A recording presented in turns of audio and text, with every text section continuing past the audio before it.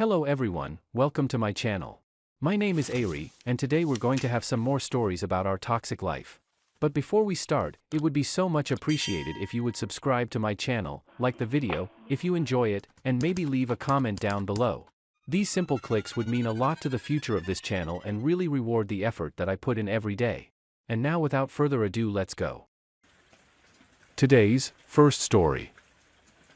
In this story, Opie describes a tumultuous relationship with his wife during a 2-month period when they were moving into a new house. He felt neglected and unloved and suspected his wife was having an affair. She abruptly left, citing the need for separation to work on herself. He discovered extensive text messages and calls between his wife and her alleged affair partner. Despite repeatedly asking her if something was going on, she denied it. She later admitted to the affair but blamed her husband for it. The husband feels devastated and plans to consult with a lawyer. Now let's get into the story. My wife treated me like absolute garbage for 2 months while we were moving into a new house. It was supposed to be a positive new chapter for us, at least in my mind. Anytime I would bring up how I felt like I was alone, or how she was treating me like absolute shit with no affection, she would say, "Sorry, I can't do anything right for you." There have been so many red flags.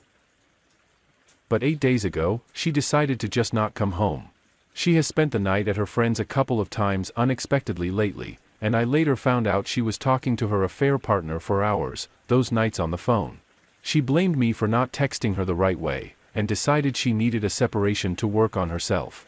I asked about boundaries, and how long she needed, and where she was staying, and if she was seeing anyone. No reply, for 4 days. She asked how I was doing and told me that she had had her first therapy appointment, and asked if I had scheduled one. I asked where she was staying and if she was seeing anyone. Of course, she told me she had been staying at a couple of different girlfriends' houses and that, no, she was not seeing anyone, just working on herself. I was supposed to meet her at a wedding yesterday, and that would have been our first time seeing each other in a week. I haven't slept or eaten right in 2 months. And the night before the wedding, I just couldn't sleep at all. And finally, I logged into our shared cell phone account records. She had been texting this guy literally hundreds of times a day in the past 2 months. There were at least 7,000 incoming and outgoing texts between them and late-night phone calls that went on for hours when she was with friends. There were so many texts, I didn't know how she was even getting her work done during the day. And it was this whole time right in front of me, right next to me, chatting with this guy all day and night while I was busting my butt trying to get this house nice and moved into for us after getting home from my physical job. I am absolutely disgusted. It feels good to know because it answers so many questions. But the fact that I had asked her gently and calmly multiple times the past couple of months if there was something going on, if she was seeing or talking to someone else, and to just let me know, because we could either work it out or figure out who got what and all that for the divorce. Nothing. Nope. I'm not seeing anyone. I just need to figure myself out and my heart and mind aren't communicating.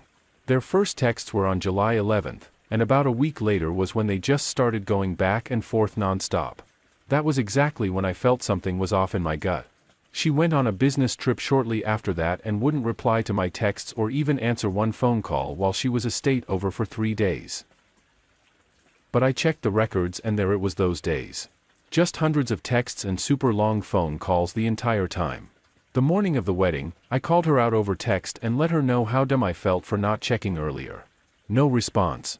I checked the records the next day and the number was still being texted back and forth all day until 5 o'clock when the wedding started. There was no communication all night. She obviously had her affair partner come as her guest. This morning, she texted me that I was so dumb for jumping to conclusions. And that the phone number is just a close girlfriend she had been texting with about our issues. I called her out multiple times and she still went on with the lie. She finally gave me her reason for starting the affair. She talked about how she started confiding in her friend because she didn't take any crap and could see both sides of the story. She was seriously still saying while she was telling me all the stuff I did wrong that caused her to start an affair. These people are monsters. They will strike you down absolutely unexpectedly and make your life a living hell. People that you thought had your back forever. I have never been more miserable in my life and I did combat tours overseas. Good luck to all of you suffering at the hands of one of these people that supposedly love you. We were together for 7 years and married for 3. She left me with all this extra debt with the new mortgage to handle by myself now and strung me along like she was planning on staying with me while I spent so much money getting things together. As she made me feel like garbage. My heart is shattered. Update: last night she did a complete 180 telling me how sorry she felt and how she should have never treated me this way and that she would have her girlfriend call me. I asked if she was in a lesbian relationship with this woman and she said no. I told her sure, let me see the texts. She said she didn't have most of them. Why delete text threads? Lies upon lies. I told her to have the texts recovered to see them and she agreed. Then she told me I could have access to her phone whenever now. She said she would delete social media if she had to and would let me track her. I wanted to track each other last month and found out she was using her iPad so when she would leave work, the tracking would stop. At the time it lost Wi-Fi.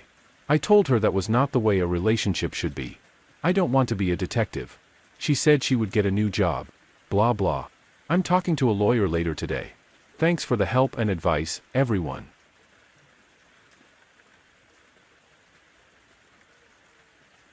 Today's second story. In this story, Opie discovered his wife, a 4th grade math teacher, was having an affair with the school principal. He confronted the principal's wife and shared evidence of the affair. Both the wife and the principal lost their jobs and faced social consequences. Now let's get into the story. My wife and I were married for 8 years. By the time all this happened, she was the 4th grade math teacher at the local middle school. The principal of the school worked with her for 9 years, and they were good friends. I always trusted them and believed their relationship was strictly professional. My wife was a teacher for so long, I never expected her to do anything to jeopardize her career. Maybe she didn't think anyone would ever find out what she was doing, but that's a stupid thing to believe. She forgot her phone one day while she was at work and I found it in the couch cushions. Although I didn't expect to find anything interesting at all, I started snooping through her phone. I found messages from the principal to her that wouldn't have been very weird, but I only scrolled a little bit before the conversation took a naughty turn. She'd sent him a picture showing things that were only meant for my eyes. The picture was after he asked her if she was feeling hot for him. The part that broke my heart the most was when he mentioned how wonderful her body felt. The principal was a married man, which made it even more appalling. Their messages went back for a long time. I couldn't even determine when their message chain started. There was a lot of steamy talk that pissed me off so badly. I had enough reading and decided to call Mrs. Principal. She was really confused to hear from me, but I explained I was the husband of the 4th grade teacher at the school where her husband is the principal. She wanted to know why I was calling. This was the hard part. I stuttered and tried to find the words, but I eventually told her I found messages on my wife's phone from her husband. Then I added that the messages in line they had sexual relations. She gasped and started choking on her words while she asked me questions. Eventually, I just told her I would send her screenshots of the proof, her phone number. After she read through a lot of them, she told me she was going to call the vice principal and local superintendent. I braced myself. My wife was going to be in serious trouble in one day. She lost her career and husband.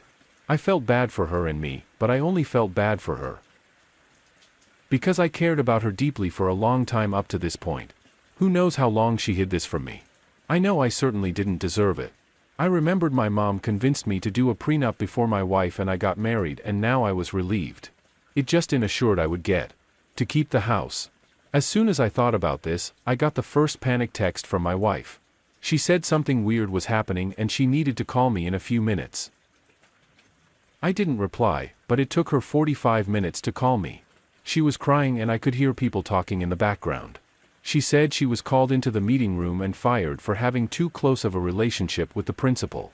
I didn't respond too quickly because she wasn't being completely honest with me. I just asked if the principal was fired too and she said yes. I asked her what kind of relationship they had and she went silent. She finally asked me if I found her phone. After I said yes, lots of silence followed. That's when I was done playing dumb and told her I found all the messages between the two of them and that she needed to move out of the house today because it belongs to me. I told her that this was all her fault.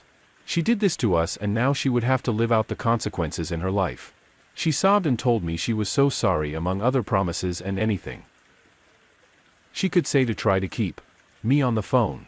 She thought she could use the hook she had in my heart to convince me to stay. She was wrong. I was my own support and nirvana. I didn't need her to function or have a good life. I was not afraid of facing the challenge she hit me with. I didn't need to save her from suffering from the pain either. I had these thoughts as she was rambling over the phone. I told her to shut up and that she needed to come pack up her stuff. I also warned her that if anything was left behind when it was mine, and she wouldn't be allowed back in. I had really inspiring and supportive conversations with my friend at his house while my wife's world crumbled around her. Her and the principal were homeless and jobless. Now, his wife kicked him out of the house immediately, and he got fired from his job. The whole town knew about their affair, so they instantly gained a reputation as being homewreckers. Last I heard of them is that they both had to move out of state to avoid the aftermath of the disaster they had created. Not a day goes by where I reconsider my decision to leave my ex. The first few nights were hard, but I just absorbed my mind in the things I enjoy the most. My hobby is building model trains and miniature scenery. It is extremely fun and time-consuming. Before I realized it, I had become a sought-after bachelor in town and started dating. I'm still taking things slowly to heal mentally from what I've been through. But since the incident happened, I have experienced some casual relationships with women in my area. Overall, things have turned out pretty great, and I want people to know that leaving a cheating spouse is not as scary as it seems.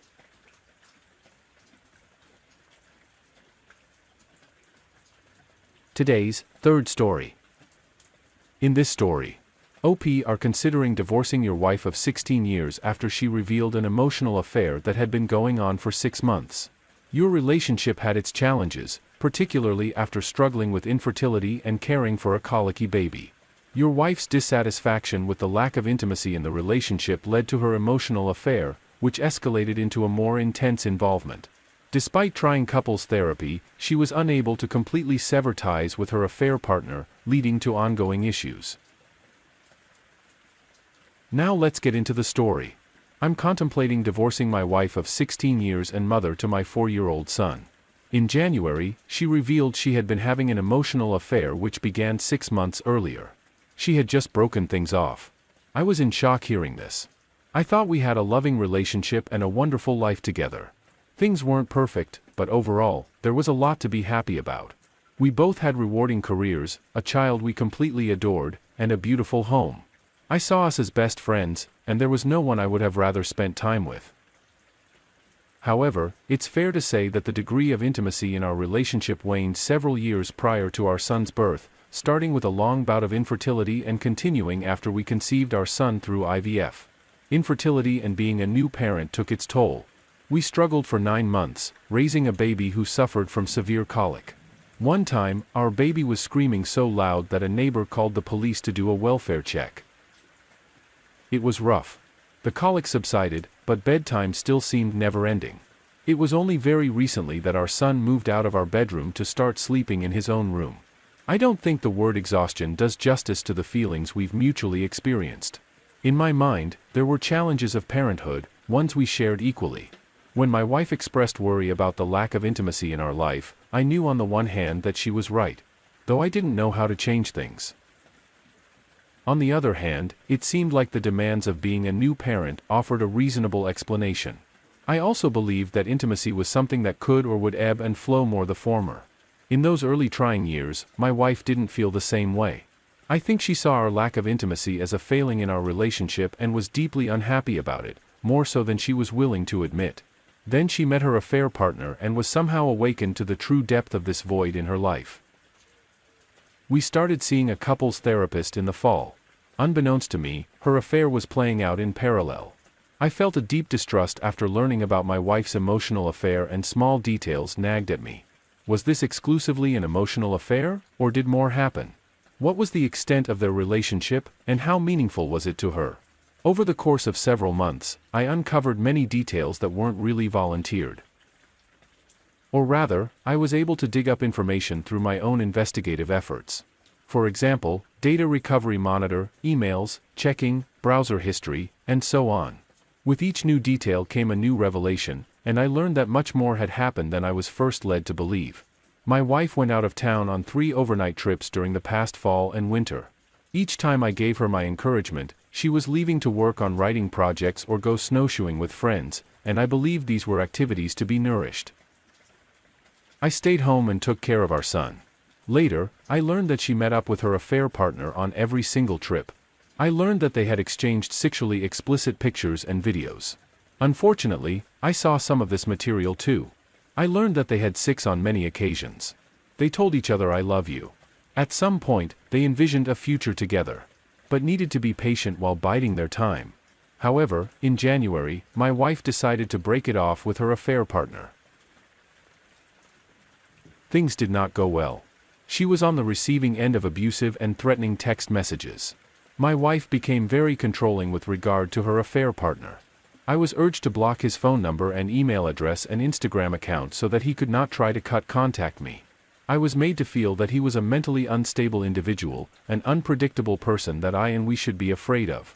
I started sleeping in my son's room, which is on the main floor. I wanted to be sure I would hear if he tried to break in.